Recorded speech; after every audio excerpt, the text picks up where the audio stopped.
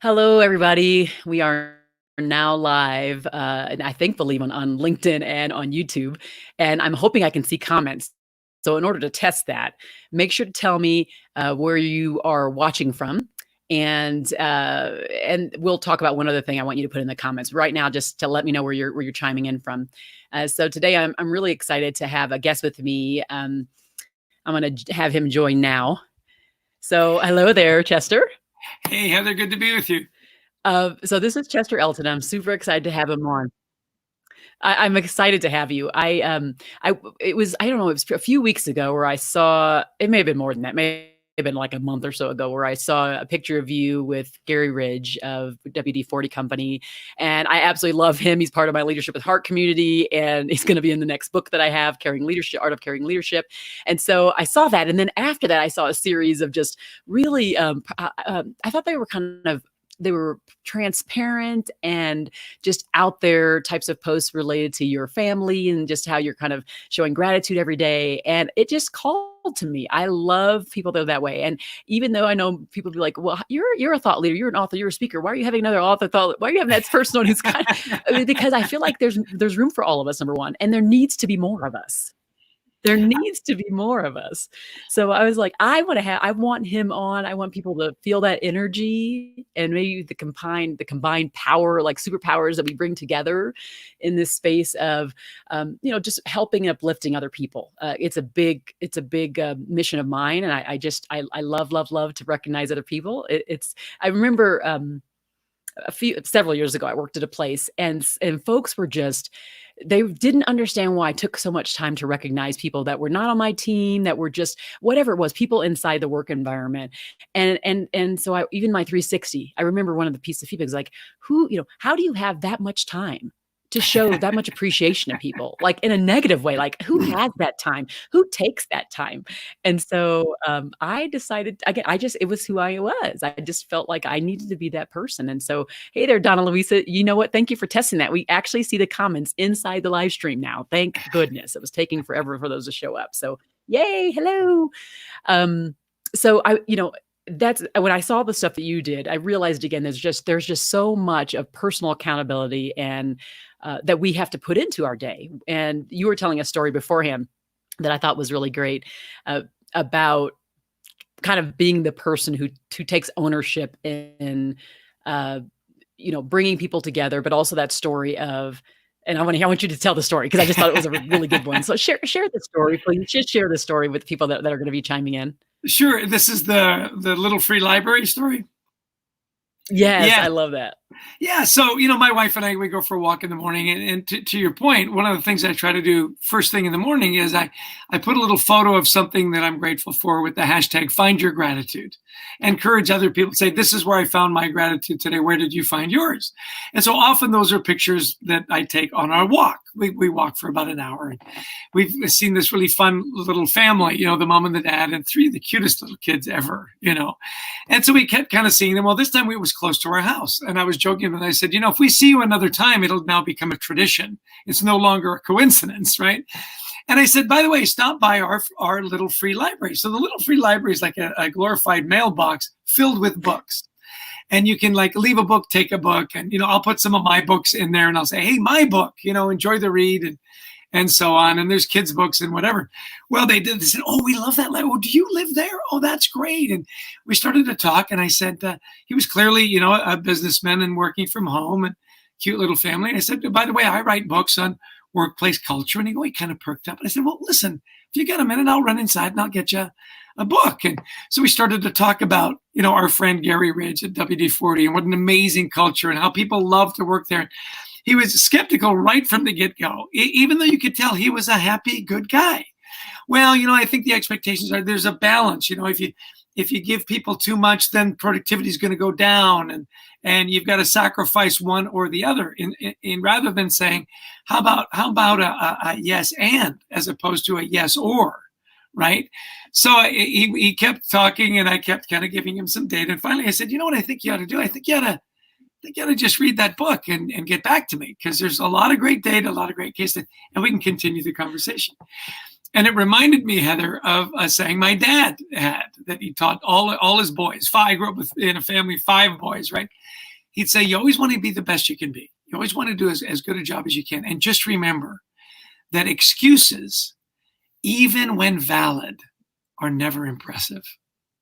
And I thought, that is, why do we have to make an excuse as to why we have low engagement, why we have people that hate to come to work? Why don't we, instead of making excuses, why don't we figure out a way just to make it better, and figure it out? So yeah, it was a great moment this morning. And he got a book. His kids got our little stuffed carrots, and they were happily on their way. So I'm eager to bump into him again and say, by the way, did you spend any time with that book? Whoever's watching now, whoever's watching now, go ahead and drop a comment down, because now we can actually read these in the StreamYard and live stream. So drop a comment there, and some of them I'll show on the screen. So basically, where are you? If you drop a comment, I know who you are. Where are you actually watching from? And this next thing I want you to do is in the comments is, what is it that you're grateful for right now? What are you grateful for, and why? Actually, write that in the comments. So Chester's written a book about this, and I should have this right in front of me. You have it right next to your desk, don't you? You got it on your desk, don't you? Oh, I have several copies. Yeah. Okay, show that. Yep. So there we go. Leading with gratitude.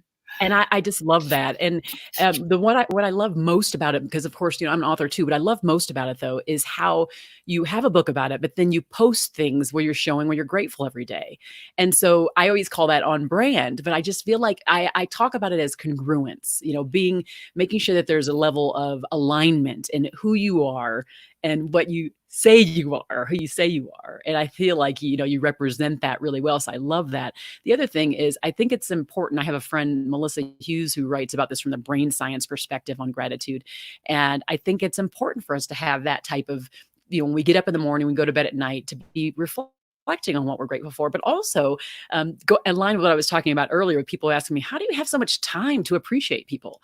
You know what? I didn't do it for this reason, but I was able to get a lot more out of people on the team, the collective team in the organization, because I always sought out the small little things and changes inside of them, the things that uplifted, that just, I don't know, were lights in the organization, and that maybe uplifted customers and just drove the organization forward. And so putting in that effort to do that, even though, yes, it takes time, and it also it takes intention, by the way, because I was that way, but I wanted to go out of my way. It was in my heart, but I also wanted to go out of my way. And so I want to make sure that we are focusing on being more intentional. Hello there, Mohammed. Thanks for putting in there. So, okay, Donna, Louise, Muhammad, whoever is out there, please go ahead and put in there what it is you are grateful for today, irrespective of what's happening right now in our crazy world. Yeah. What are you grateful for? Well, you touched on a couple of things that are really important: being intentional and being disciplined. Being intentional about gratitude and being disciplined. Now, what you'll love in our book, Heather, is we dispelled these 7 common myths as to why you can't lead with gratitude. And you touched on one that is the one that drives me crazy, and I just don't have time. We're doing hard things here. We're checking the boxes. Have you heard about the virus? We got time for this fluffy stuff. And yet we looked at the best leaders. And by the way, we looked at guys in tough industries like Alan Mulally when he turned around the Ford Motor Company, and Hubert Joly that took, Best Buy from $1 billion deficit to $1 billion surplus. And we found that they were spending about an hour a week. About an hour. So you figure you're working about a 50-hour week, actually, sometimes much more. An hour. It's 2% of your time. And they were very intentional about it, very disciplined. How much time does it take for you to send a quick text? Hey, I saw the way you interacted with that customer. That is what we're all about here. Thank you so much. Send, right? Or a little handwritten note, or call somebody aside and say, how's your mom? How's your mom and dad? I know they're elderly. I know you're worried about them. And I love these 2 questions that I think are expressions of leadership gratitude, that say, how are you doing today? And even how are you doing now? Because with the virus, right, I'm like everybody else. I can go from ridiculously optimistic the world is going to end in a matter of 30 seconds, right? It doesn't take long. It's whatever ping comes through your phone is like, oh my gosh, we're all going to die. So how are you doing now, and how can I help? Right? You say, well, that's not like a party or a balloon or cake, and you're right. It is an expression of gratitude. There's no doubt about it, and it doesn't take very long. So, and then we dispel all these myths, and we say, well, here are the 8 best practices of these great leaders. And we broke it down into 4 and 4, seeing and then expressing. You have to see what's going on and then express it in a way that's meaningful. And, one of the, I don't want to go into all of them because then you wouldn't have to buy the book. And we want you to buy the book, Heather. It's available at Amazon, Books A Million, everywhere you find books. Yeah, go do it. And by the way, don't just buy 1 copy, buy 2. Anybody can buy 1 copy. Buy 2, yeah. 1 for yourself. Father's Day is coming up. Weddings, anniversaries, bar mitzvahs, always an appropriate gift. Having said that, when we get into the, seeing, I love the part where it says, assume positive intent. So often as leaders, we assume negative intent, right, Heather? And that's what makes the job miserable. Like I'm bringing you a problem. I'm not the problem. We have a problem. Let's solve the problem. And yet it's like, why would you do this to me? Why would you bring me this problem? Right? Well, it shuts down, creativity and problem solving and engagement. People aren't going to bring you problems. They're going to hide them. And that's the worst thing that can happen. So when you assume positive intent, it's like, look, and I love what Hubert Joly says. He says, look, I may be naive. I just assume people come to work wanting to do a good job. And in trying to do a good job, they're going to make mistakes. And you know what? That's okay. Let's fix the mistake. Let's move on. Assume that positive. And with the virus, Heather, people are homeschooling their kids. They've got aged parents. Yeah. And say, well, you didn't get back to me right away. I said, yeah. Have you seen what my house looks like? I'm in the basement, so I can be as close to the router as possible because I've got 1 kid that's gaming. I got another kid that's streaming. I got another kid that's doing, video homework. The bandwidth, give people a break, right? Assume positive intent. They're working as hard as they can. And then the expressing part, which is when it comes time to express that gratitude, know how to do it in a meaningful way. Don't send a bottle of wine to a guy who's in AA, right? Oh gosh. Or the honey baked ham to the devout Jewish family. I mean, figure out, is it a pizza? Is it time off? Is it, is it upgrading their Wi-Fi? Figure it out. And so it was just a delight to write this book. And then lastly, because I know I'm babbling here, is take it home, to your point. Happy people at work or happy people at home. And we have this baker's dozen, 13 things you can do to create a culture of gratitude at home. And boy, do we need that now more than ever. We really do. I have a couple. One thing I'm grateful for this morning, and I'm going to get to some comments here in a minute too, because I see you, Donna Louise and David and everybody out there. I see you. So this morning, my son had this assignment, and he's having some little mini breakdowns these last couple of days because there's a huge amount of projects that are coming his way, and some of them are ones that really are outside his comfort zone. Something he would normally do, like doing videos when he's not kind of a video-y type of person. And so today he decided to choose one of these projects where he had to write up. We're Catholic, and so it was writing up kind of this thing related to Beatitudes, something from the Bible. But then he had to do this thing where he had to do a like a cooking show, and so he decided to make chocolate mousse, and he had all these ingredients, and each ingredient had to represent kind of virtue, and he had to do the video and talk about the virtue first, and then he had to show you actually how to mix everything up to create this person who's like a disciple. Okay, so this is how he's doing it. So he's kind of like, he's a little off the edge, but I felt grateful because number one, I'm witnessing it. Number two, I'm helping him manage through the chaos in his head and the stress that's going on. And I'm able to videotape it, and I'm aiming this spin on the screen. So we'll see if this is the Wi-Fi and the kids that are, who knows, I'm seeing something strange. Hopefully no one else is. Anyway, I feel grateful for that. I'm grateful that I could be there for him and help him through because he was having a hard time. But at the same time, I think it'll turn out nicely. So that's why I'm grateful. I'm going to put a couple other things on the screen here. So Mohammed, I don't know if you can see this, I Chester. Can you can. see on the screen where it says grateful for my Yeah. Okay, so Mohammed says, grateful for my happy family. In fact, when COVID hit, I disciplined my brain that I got to work my best. I got to work for my best. And it's the time where I show who I am under pressure. And so, I love that. So you saw the adversity as an opportunity. You decided to turn this situation right on its head and to say, this is where I'm going to show up as my best self. Right. I love that. Another thing about that, Heather, that I love what Mohammed said is, you really find out who you are in a crisis. It's easy to be generous and kind when things are going great. When things aren't going great, get back to me. And leaders are forged in hard times. We think of these great leaders. We don't think of them because everything was going great. Everything was falling apart and they stepped up. So I think, as parents, because we lead as parents, and as business people, it's good to reflect and say, how do I want to be remembered?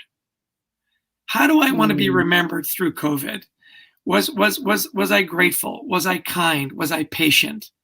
I'm not saying you didn't get the work done. You want to get the work done, right? You want to, serve the customers. You want to be innovative. You want to, your company survived and then thrived, those kinds of things.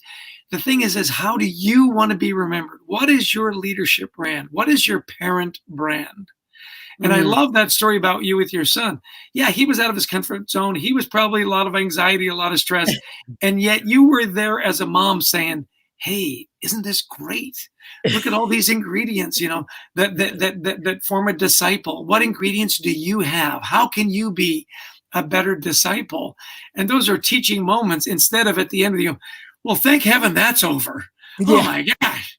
Let's hope you never get an assignment like that again. Exactly. And I feel like as a leader, when I feel like so much of my background, I talk about that in my TED Talk. I talk about that in a lot of stuff now because I had to be vulnerable to share it. But I feel like a lot of my background allows me to help other people become more resilient, or allows me to help people see that the greener side, the better side of the thing that they're facing right then. And I can remain calm in that face of that because I had to go through the time where maybe I couldn't be calm and I was, younger, and things were out of control in my mind and in my life. And so now I'm at a place where I'm able to be, when things are going a little left and right and ever all over the place and upside down for most people, I can be like, okay, well, let's stop. Let's center, let's think. And so I'm grateful to be able to do that. Right. I feel like it's a gift. Hello there, Keith and David. And okay, so Keith, here's what Keith says. I'm grateful for having the time to write my own book during this time. Because of COVID-19, things have slowed down to give me the opportunity to use my imagination even more. What a gift that is. Yeah. Right? Yeah. The book that maybe wouldn't have ever been and now has a chance to realize. And on a better timeline. It's so interesting. My son works at American Express, fabulous culture, and really people-centric. And he said, without this commute from where we live in New Jersey into the city, he's got extra time. Well, he's doing his MBA, and he taught himself how to code, in his job. And another talent that he could develop that he can bring back to work. And he found he's a real passion for it. So, yeah, those literary projects. I will say, my wife and I, we've got these gardens that we've developed over the years, and they seem to multiply. And our gardens have never looked better. We did the mulching ourselves. We're planting, and because you've got a little extra time, and you can enjoy that part of nature and that part of home ownership and education and writing a book. So good for you for taking that time and checking the box on that project that I'm sure you've had for years that now can become a reality. Good for you. Yes, I love this. So right now in the comments, I'd love for you, I want to hear what one new thing did you learn during this time? Because we've had multiple weeks off. What is it that you learned? Something new, either a new skill, just something doing something that's new and different, something you always wanted to do. Maybe it's the book writing, maybe it's the coding that Chester was talking about. I'd love to know. So just put that in the comments, drop that in there. What have you either learned or done that you didn't have the time to do during this time? Because I think that I want to see that. I want to see all that great stuff. So going back to this idea of gratitude, I think when I think of gratitude like me having gratitude internally. And then I also think of like being grateful for those outside, or showing appreciation for others. I feel like they're very similar. So that's a kind of internal view of I'm grateful for, and then there's either showing gratitude or appreciation for other people. So I don't know. I'd like to talk a little bit more about that. How or do you have in your because I didn't get the book, but I actually ordered the book, but I don't have it yet.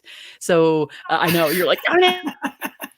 Yeah, I want to be able to read it over and do it. So Yeah, in yeah. there, is there a place where you're really talking about kind of ways to be, show gratitude to those in the workplace a lot, and give us a couple of those clues there too. Absolutely. In fact, we've got a wonderful website, by the way, called leadingwithgratitudebook.com. And you can download the foreword, which was written by our dear friend Marshall Goldsmith, and you can actually download the first chapter for free. And then we've got wonderful little video clips and podcasts. This will, once it's in the bank, we'll put that in there too. So there's plenty of stuff that are available for you. And you talk about showing gratitude, and we talk a lot about know your players, know your people. The first part is seeing that is walking in their shoes. Do you really know their job and what the expectations are, so that you're not making ridiculous requests, right? And they're thoughtful and they're doable, and you've given them the tools to get their job. And then that part about expressing, right? That when you express it, you tie it to your core values. It's not, we have a wonderful expression in our work. We say general praise has no impact on people. You think you're being the real motivator, and you show up and you go, hey, great job. Hey, you're the best. Little finger guns, it's very annoying very quickly. The idea of you tie it to the core values and say, look, we're all about on-time delivery. And, you rallied your team, and that was a tough assignment and a very demanding customer, and you delivered it a day early, which is just phenomenal. When it comes to delivering on time, boy, nobody gets it better than you. I mean, very simple, very compact, tied to a value. Here's how you did it. We say, do it now, do it often. And then I love, don't be afraid. When you see something great, express that gratitude now. The closer the expression is to the behavior, the more likely it is to be repeated. You know this with your kids, right? It works with kids. It works with pets. It works, it works everywhere. And then do it often. People say, well, this was another one of the myths. Well, people need too much gratitude these days. You go, really? So, oh yeah, especially this younger generation. I mean, they want a marching band just because they showed up to work. And you go, really? So you think you can overdo it? I said, yeah, I think you can. I think you can express too much gratitude. I go, great. I've seen your 360, and when it comes to how much you express gratitude to your, trust me, that's not you, right? Like, it is always near the bottom. We have a database of over 1 million engagement surveys. And trust me, when was the last time any of us left work and came home to our families and spouses, and sometimes it's just on the other side of the door, right? And we said, you know what? Couldn't get anything done today. Too much praise and recognition. Got to tell you, birthday cards, cakes, balloons. Seriously, I can't go into work. I can't get anything done. Nobody says that. Like, nobody. Right? So I love it when leaders say, when I feel like I'm doing it too much, it's probably about right. If I think I'm doing it, it's probably about right. So do it now, do it often. Don't be afraid. Say, well, what if I miss somebody? I go, you will. Well, what if I don't do it right? Oh, trust me, you will do it wrong. It's okay. The more you do it, the better you'll get. So don't be afraid, and know your players, right? And tie it to your values. Well, simple. That's what I love. Well, I love your value alignment part. So I love that view, and because I think then when you're so specific about it, it helps them. There's clarity, and it helps them understand what the right and the wrong things are to do, which is critical for them, so they can know, like, okay, I'm going to do more of this. The other thing that I want to mention is this idea of motivation. So not every employee is motivated by the same thing, and so that even though we're specific with the, aligning the value with what it is they've done, which, I mean, who's going to hate that? But there are certain people that like things like they like personal notes. There are certain people that like recognition in front of big employee meetings. There's certain people they would die if you did that, and so only do it one-on-one. So it's a value aligned message of gratitude, which I just love, love, love. Oh, love it. I cannot wait till the book comes. Well, you know what? Don't be surprised if you see me out there with it. Yeah, I want to give you another website for the people listening, because your comment about motivation is really key. When you know what people's key motivators are, to your point, time with their family or an extra assignment or the spotlight, right? It makes all the difference. So we have a training company called The Culture Works. So if you go to thecultureworks.com, we actually have this really cool motivators assessment, and you can take it online, and it gives you what your key motivators are so that you can understand yourself better and then your team. Well, we have this COVID offer, as you know, many of us are wanting to help, and you've got time to self-develop. The motivators assessment is $40, $39.99, whatever it is. Now, if you buy the motivators assessment, we will give you our online training. In other words, what do I do with this assessment? How do I use it to better communicate, to build better teams, which we normally sell online for $150. It's actually free.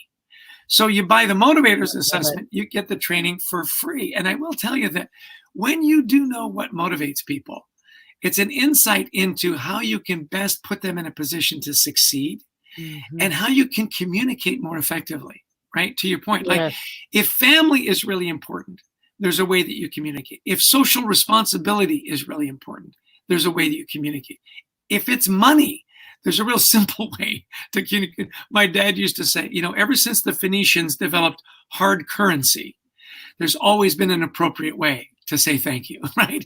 Oh, yes. I love it. So, you know, treat yourself if you want to take the motivators assessment and then get this online training.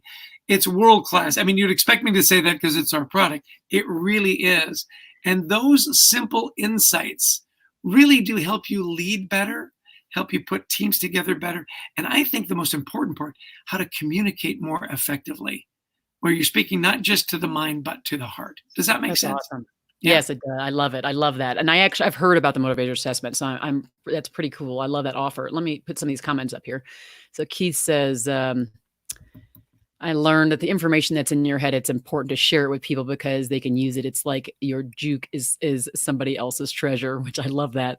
I think he meant junk. I think that was junk. I think that's what he meant too. Autocorrect. Yeah. I think that's what he meant too. But I think the idea of it is true. Like I do think that a lot of times leaders may have appreciation internally or feel a certain way about something, that project that was done, and never express it. Some of it, like you talked about, is fear. Like they're like, this is going to be super awkward. How the heck do I put this over? Or fear of rejection of even the praise that I'm giving to them. How do I say it to people? Maybe how I'm saying it, I'm nervous about. So I think that's a really good point that you make, Keith. Let's get it all out of our heads.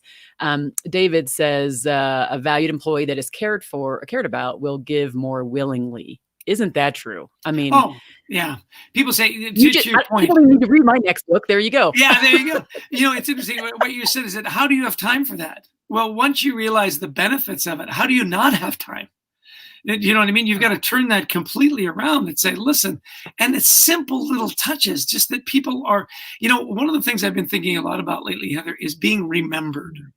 You know, we're working from home or we're working remotely, or parts of our team is and parts of our team on, you know, we're more and more isolated. Our worlds are getting smaller. And I think we all intrinsically have a fear that we will be forgotten. And one of the great ways to remember people is to thank them for their time, and simple expressions of gratitude are simply, I see you, I value you, I'm grateful. And boy, that just goes a long way to keep people engaged and keep people remembered. And I think that's a very important concept right now. Oh, I love that. Oh, and there's a couple, I could sit on that just for a while, but let me go over to some of these comments. So James says, oh, I love this. Hello from Pennsylvania. I've learned that there was a gap between how I wanted to lead and how I was actually leading. I've taken this time to practice empathy, listening, inspiring, and serving the needs of my teams better. Oh, I love you, James. Yes, yes. That right there is like emotional intelligence at its best, right? There's this idea of self-awareness. And then this, you may be on my podcast, James, because that was amazing. So basically I talk about this idea of, congruency, like who or do we want to be? Who do we say we are? And how do we actually show up? And how much are we willing to fill the gap?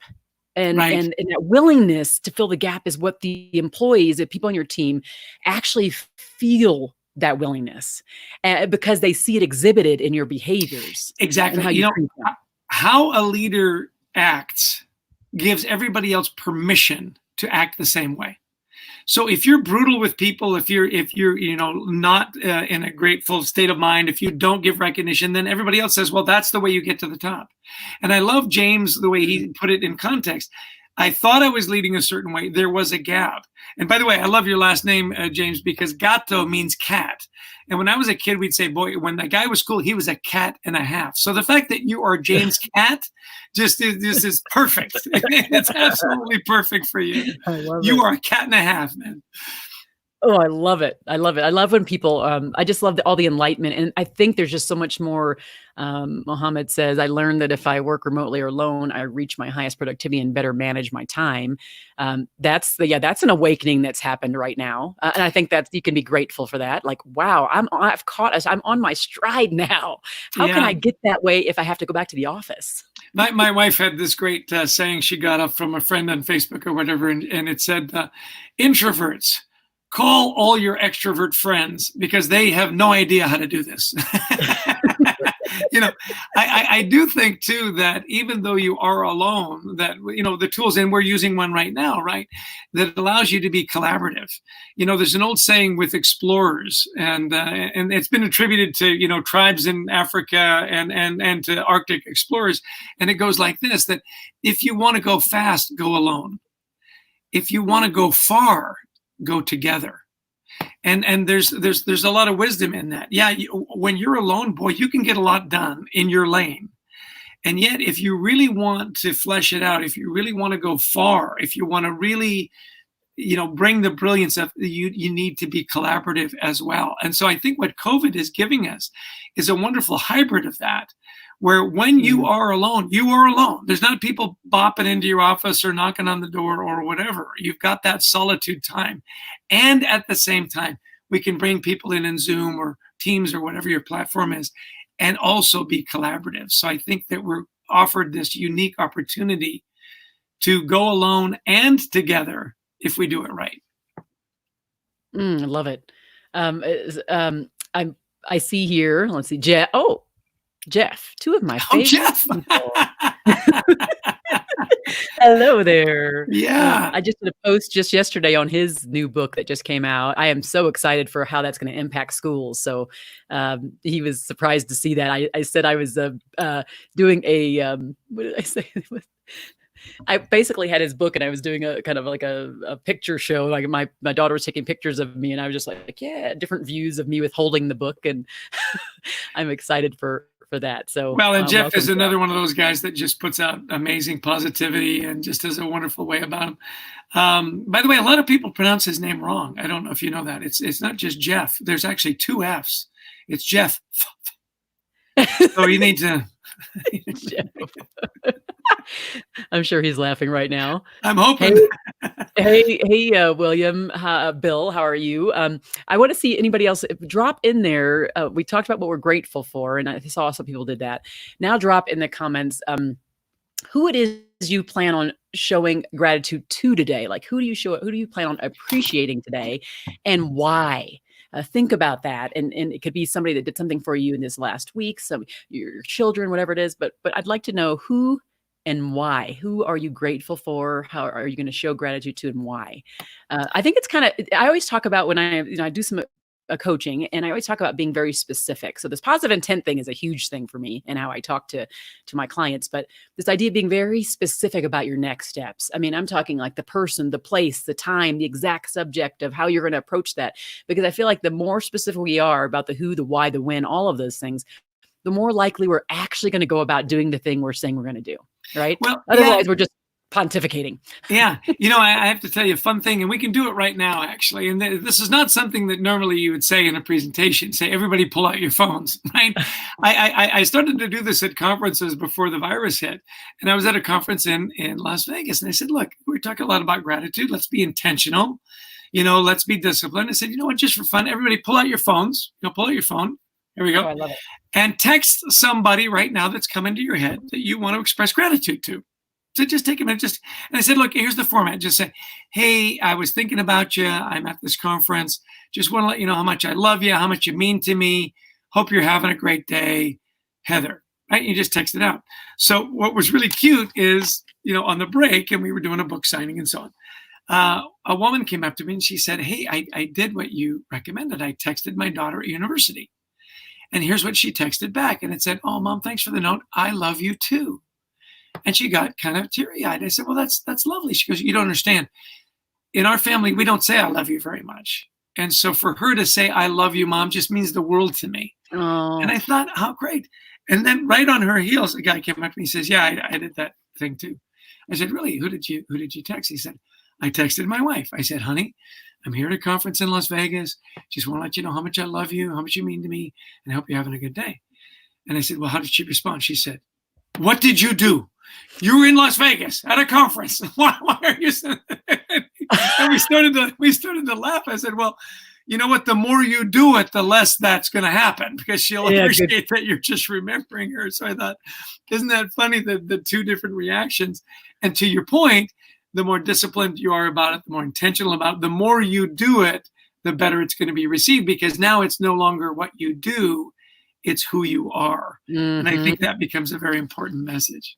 Oh, that's powerful, because it kind of goes back to how you and I started this whole conversation, which is, what grabbed me about you is the thing that people say about me, and I'm like, I don't see it often, where just like the thing that you write about and talk about and speak about is actually how you represent yourself out in the world. And so when I saw those different pictures of you and your family and you with your daughter and you, right, and I'm grateful, and I thought, oh, I love it. I love when people show that type of congruency out in the world, and it seems real. It's not like it's some contrived congruency. It's a real thing, right? Yeah. Well, I talk a lot about my dad. He was a huge influence on me and my 4 older brothers, and he would say things like, happiness is a choice. Choose to be happy today, and that you have to choose to be offended, which I think is really important right now. I think with a lot of the bullying that's going on, the tweets that go out, the Facebook, shading and all this kind of stuff, that assume positive intent. And we were talking earlier about a cute story. My dad, we're very much a church going family as well, and in our church the ministers are all volunteer, and he was volunteering and taking care of the youth. And at the end of church one day, and every congregation's got one of those miserable people that wants everyone else to be miserable, right? And she came up to him and said, Mr. Elton, you think all the kids in this congregation just love you. Well, I'm here to tell you they don't. Oh. Yeah. And he looked at her with a big smile and he said, well, thank you. And she said, it wasn't a compliment. And he said, too late. So it was wonderful. He said, you have to choose to be offended. Just be happy. Now, having said all that, and I think this is really important, Heather, you and I are happy people, and we've grown up happy for the most part. And it's okay to be sad too. Like, happy people get sad. Mm-hmm. We have tough days. I hate for people that say, well, every day for you must be just great. And I go, well, a lot of days for me are great. There's no question. And I do everything I can to put myself into a position to have a great day. I have days like everybody else when I wake up and go, it's Wednesday again. Like every day's Wednesday. It's not Monday, like, hey, it's exciting. The week is, or Friday, hey, the weekend's coming. It's like Wednesday. It's Wednesday again. And it may be tough to get out of bed. And you know what? That's okay. Give yourself a break. Give yourself a break. It's okay to be sad. Sometimes you take off your happy face and you spend some time and you say, look, my wife taught me this, that it's okay to grieve, to grieve the fact that we couldn't take that holiday that we were going to take, that we can't go and visit our friends in California like we thought we were going to. I was talking to a friend earlier today from London. They had planned to bring their family to New York. They were going to stay with us and do all the New York fun things. Well, that's not happening.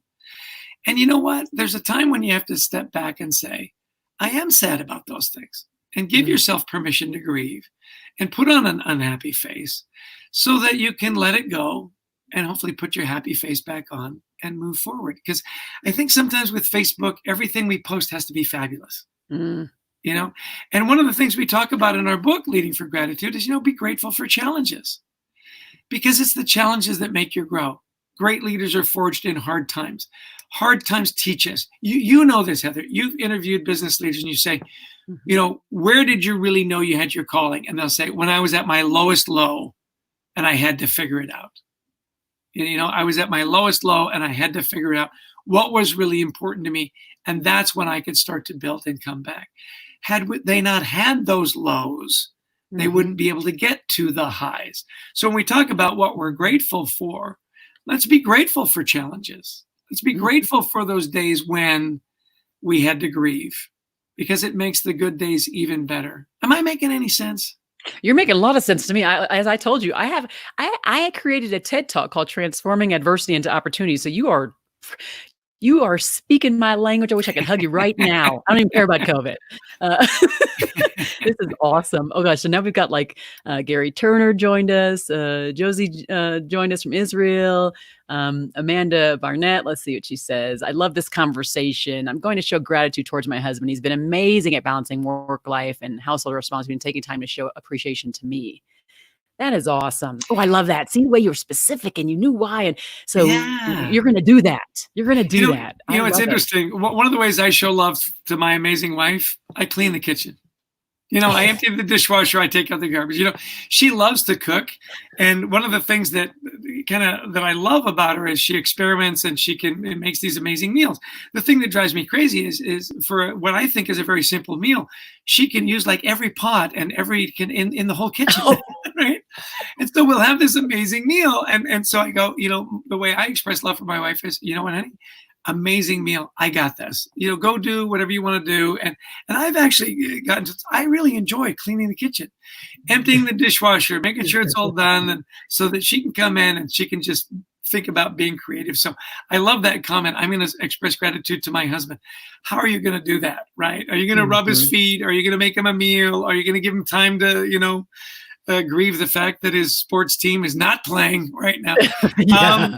And find out what those triggers are, because those simple expressions, like knowing your husband, knowing your spouse, and doing simple things, really deepens your relationship, shows you're paying attention, that you're in this together, that you can grow together. I love that comment. Oh, I love that. Let's see. There's people are really interacting, which I love that. That's the key. You want them to. Let's see. This one with Jeff. Is anybody saying, "Hey, where can I buy your book?" I would love that. There's a couple saying I'm going to go buy the book, so that's good.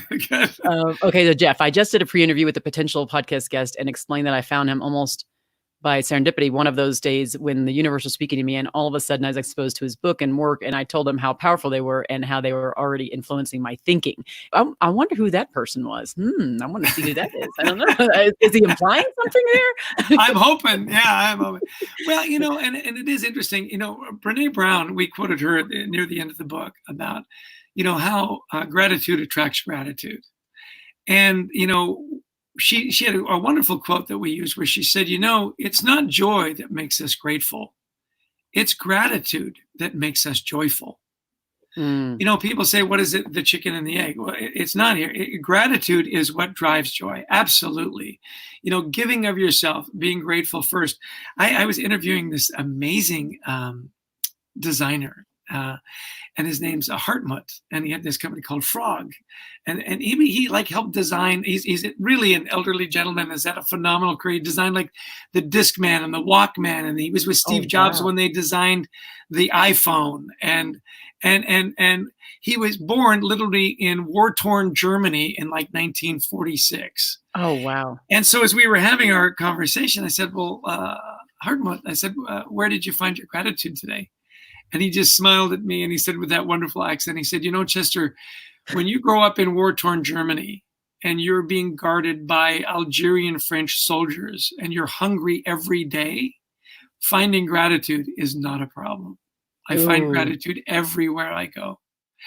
And I thought, wow, and he's such a happy and engaged guy that grew up in such, real poverty, and not just poverty, distress. And yet could find the beauty in design and find the beauty in that kind of thing. And I thought, isn't it wonderful?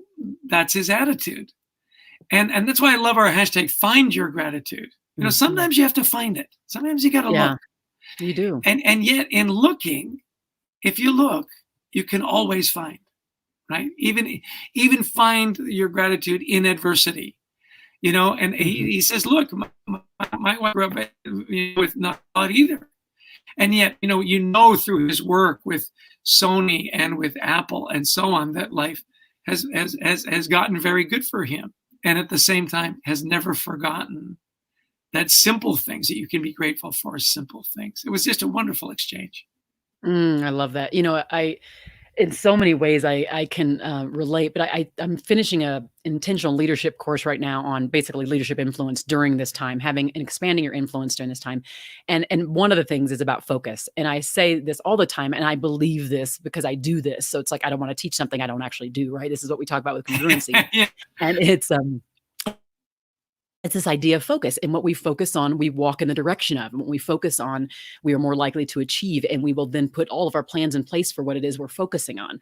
And so even though, I had a fairly healthy childhood in face of adversity happening all around me, but in the end, I chose to focus on those strings, those lines of goodness. yeah. And so I was able to be grateful through the focusing of the small things that were in between. And I think that's what we have to do today when we are all every day challenged with just tremendous amount of change, the news that is just increasingly negative, which I try to stay away Oh, from, but I know I have to like know what's happening, so I try to just read the Wall Street Journal and get some tidbits and walk away from it. And I even go so far as to protect my children's mindset and what it is they focus on by not playing the news in the house. So if my husband wants to watch it, he has to go somewhere else. Otherwise, we read the paper and we give them that, or they may see little things that pop up on Google. But being very intentional for myself, but those I lead to say, okay, I'm going to help you not develop a mindset that doesn't get your brain in that place where you can't be right. focusing forward. Right? We have to Yeah. focus forward. Unfortunately, 90% of the news you get is negative. It is. And it appeals to that, lizard part of our brain that we've got to protect ourselves every day. And, in the middle of this pandemic, very few of us wake up in the morning saying, gee, I wonder what's going to go right today. We're all saying, what's going to, everything's going on, everything's broken, everything's going wrong. And so on. And I can't remember if it was in the documentary or the movie or an article that was written about Mr. Rogers. If you haven't seen those movies, by the way, treat yourself. Just remarkable Mm, person, and the way he helped people and children mm. and so on. And he made the comment, he says, I remember having a conversation with my mom, and I'd say, Mom, that there's bad news everywhere. And she said, yes. And whenever there's bad news, there are always helpers. Look for the helpers and be one of the helpers. And I thought, what a wonderful lesson to learn as a young person. And then as he got older, that's exactly what he was. He was helping people deal with their emotions and helping people deal with tragedy and Mm. helping people, work through the vagaries of being a child, and aren't we all children and so on. And I thought, particularly now, again, how do you want to be remembered? Do you want to be remembered as a helper? I hope so. I hope so. On my tombstone, I would hate for them to say, man, if you needed bad news, call Chester. He knew all the bad news. Like, say, wouldn't it be lovely to say, in the midst of hard times, Heather was a helper. Be great. Oh, so, what I'd love everybody to do now, because I just think that's a great segue to actually start to wrap up, but everybody who's out there now, watching, put in the comments how it is you plan on helping, being the helper for someone, today or this week, because that is true. I never really thought about that.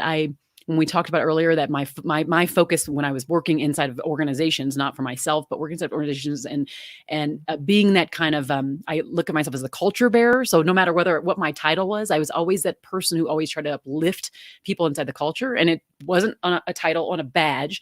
It was my intention. It was my desire to do, right. And so I didn't think of myself as the helper, but in some way, those were the things that I was doing for people. So, yeah, let's Yeah. all commit today to being a helper. And so let's So, actually specifically define that in the comments. yeah, so let me give you a couple of tools that I use in my executive coaching that I think is very helpful. I'm a big fan of handwritten notes. Nobody does it anymore. Well, very few people. The mail system is still working. Drop a handwritten note. Do 3 a week for 3 weeks. That's the challenge. Just write 3 notes a week for 3 weeks. Somebody within your organization, maybe it's a customer, maybe it's a friend, whatever it might be. And people say, well, is it timely? The great thing about a handwritten note is it's always timely. And here's why. Because I will open it and I will read it when I have the time. Mm. It's very, and it's that conversation that we're having together, right? Second, and we got this from a friend of ours, worked for Avis Budget Rental Car. He would put 10 coins in his left pocket every day. And he was intentional and disciplined about having 10, and that's a lot, 10 positive interactions with his people every day. Wow. And the way he'd keep track is he'd move a penny from his left pocket to his right pocket. And I thought, what a wonderful little trigger, what a wonderful little reminder. So, two things that I'd love to challenge: 3 notes a week for 3 weeks and 10 pennies. And it doesn't have to, clearly it doesn't have to be in person now. It's a text, it's a call, it's a Zoom, it's an email, it's whatever it is. And then lastly, because I know we're wrapping up, don't forget to take it home. At the very end of our book, we've got a thing we call the Baker's Dozen: 13 ways to create a culture of gratitude in your home. And one of my favorites was a good friend of ours, Dave Kirpin, who has a media company in New York, online media and social media company. And he said, pre-COVID, we would try to have dinner with our kids as often as we could. And the conversation was never that engaging. We'd say, "How's your day?" "Fine." "What did you do?" "Nothing." I mean, that's the way kids talk, right? So he says, we're going to change the dynamic. We're going to have to answer 3 questions at every meal. And now, we're having meals together often, right? First is, tell me about the best part of your day. What was the best part of your day? Second, who are you grateful for that's not at the table? And thirdly, who are you grateful for who's at the table who hasn't been thanked yet? And he said, you know what? It changed everything in our conversation. We got to brag about our days. We got to talk about people that were important to us. And we got to talk about somebody in the family that was important to us. And everybody felt validated and seen and valued. Isn't that a wonderful best practice? Mm. Oh, I love that. I love that. And there were a couple people that were putting things in, like Jeff was saying he's coaching a colleague, for free. Excellent. Gary, I keep popping those. There's Jeff. Gary is shared good work of others. Did in a newsletter, which I love. I just, I think it's so important for us to highlight other people's good works, number one, because there's so much going on, and it's not just all about us. What can we get? What can we sell? What can we, all those things? But it's about Right. like, wow, look at this amazing human being in Chester that I decided to highlight today. Look at this amazing human being. I could have not chosen to do that, but I wanted to, because I felt like, wow, you're so magnetic, and there's just so much positive presence, and we need more people like you. So well, and it comes back to what your parents taught you when you were a little kid. It's always better to give than to receive, because when you give, you always receive. So why wouldn't you give more, right? Oh, I love it. Oh, how much more can I give? That's the question today for me. Yeah. Isn't that funny? Amanda saying, "Hey, I know the penny trick. It works great. Good for you." Exactly. Well, this has been like, I mean, I could go on a long, long time with you. You really are a tremendous person, and I feel grateful that I have you here, and that I know you better and know some of your stories, and we'll make sure you stay connected. And obviously, anybody who's out there, want to know more about gratitude, you go ahead and buy that book by Chester Elton. I'm sure it's pretty easy to find there on Amazon. So you go ahead and go get it and put it into practice, because we all have books by our bedside. We all have books by our bedside that we maybe never did anything with, but this is one that's going to have a big punch. So and thank there's you a so lot much of for joining us. Yeah, a lot of free stuff on leadingwithgratitudebook.com. Even if you don't feel like you can afford to buy a book, or you're not a book person, there's a lot of great stuff there that's for free. And thecultureworks.com. Those motivators assessments really are cool, and the online training is world class. And if there's anything we can do to help you develop more as a person and give more of yourself, we're happy to do it. Heather, I'm so grateful you reached out. I'm so grateful we had this time together. This was so much fun. As my father would say, more fun than humans should be allowed is what we just had here. Thanks for the time. I love it. Oh, this has been great. You stay on. I want to chat with you, but I'm going to end the broadcast. Okay. Have fun, everybody. Be safe. Wash your hands. Grateful. Yeah. See ya. Yes.